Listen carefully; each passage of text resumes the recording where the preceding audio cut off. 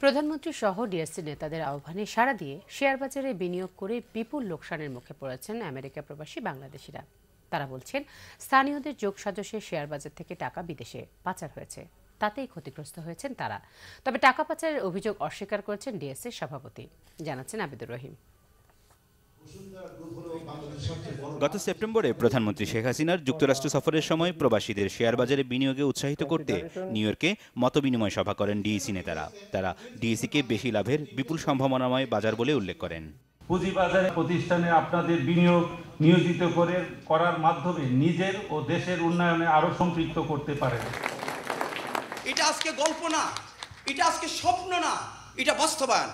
যাবেন আপনারা, বিনিয়োগ করবেন, সেই বিনিয়োগের উইন উইন হবে। আপনি লাভবান হবেন, দেশকে দেবেন, জনগণকে দেবেন, দেশের মাটিকে দেবেন, নিজেও কিছু লাভ নিয়ে আসবেন।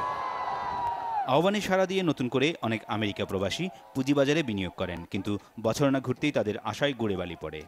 এই সেমিনারে আপনার Pennsylvania, new jersey, Connecticut, Massachusetts and new York থেকে প্রায় 350-এর মতো প্রফেশনাল লোক জড়ো হয়েছিল। তাদের মধ্যে প্রায় 10-15% ইনভেস্টমেন্ট করেছে। যারা রেগুলার ট্রেড করছে তাদের অবস্থা ঢাকার লোকজনের মতোই হবে। অনেকের ধারণা, বাজার থেকে বড় অঙ্কের টাকা বিদেশে পাচার হওয়াতে এই বিপর্যয় দেখা দিয়েছে। আমেরিকা প্রবাসীদের বিনিয়োগের সঠিক পরিমাণ জানা নেই নেতাদের, তবে তারা বলছেন ঢাকা থেকে টাকা সরানোর সঙ্গে তাদের কোনো সম্পর্ক নেই। একই মত ডিএসি সভাপতিরও।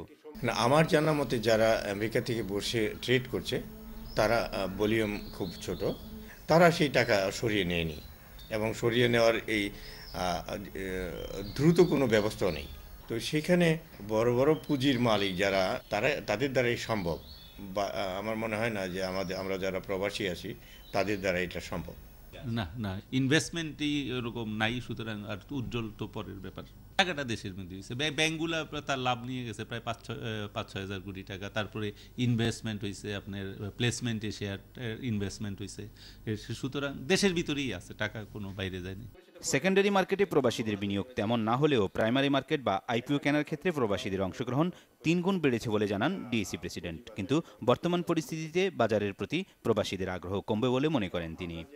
এই যে মানুষের টাকা তারা নিয়ে গেল, কারাই বা নিয়ে গেল, এরা কি দেশে না বিদেশে আছে, সমস্ত জিনিসটা উদ্ঘাটন করে জনগণের সামনে উপস্থাপন করতে হবে। যদি এইটা করতে কার্পণ্য করে, ছলচাতুরি করে, তাহলে ক্যাপিটাল মার্কেট ভবিষ্যতে দাঁড়ানোর ব্যাপারে প্রশ্নবোধক হয়ে থাকবে। অনলাইনে ট্রেডিংয়ের যে ব্যবস্থাটা, এটা কাজ চলতেছে, তবে আমরা আশা করি জুলাইতে আমরা চালু করতে পারবো। আমেরিকা প্রবাসী বাংলাদেশিরা শেয়ার বাজারে বিনিয়োগ করা টাকা বা তার লভ্যাংশ নিয়ম অনুযায়ী গ্রহণ করে থাকেন বলে জানান এনআরবি নেতারা। আবিদুর রহিম, বাংলাভিশন, ঢাকা।